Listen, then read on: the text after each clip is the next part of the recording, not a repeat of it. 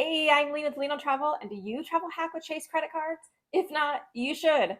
Earning Chase Ultimate Rewards, Hyatt, or Southwest points are the absolute best redemptions out there. Chase transfers to all three, and with the Chase Sapphire Preferred, Freedom, and the three Business Ink cards, you can be like me and amass 500 to 750,000 Chase, Hyatt, or Southwest points every year. Those 3 point currencies are the easiest for beginner travel hackers, and the redemptions are so amazing that I just want more and more Chase, Hyatt, or Southwest points, as my bucket list to Hyatt resorts is huge. As part of my strategy to earn more of those points, I understand that Chase has to trust me as a client with more than $50,000 in available credit among all the credit cards.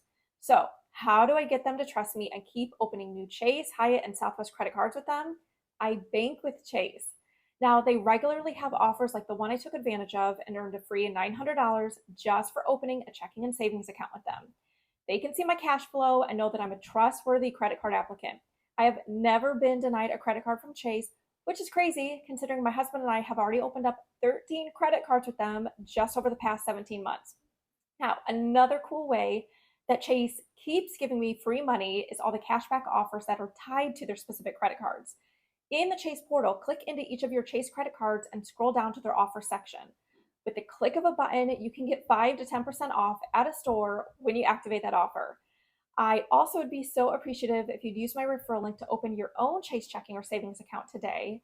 What will you use your free $900 on? That's it from Lean on Travel. Happy travel hacking.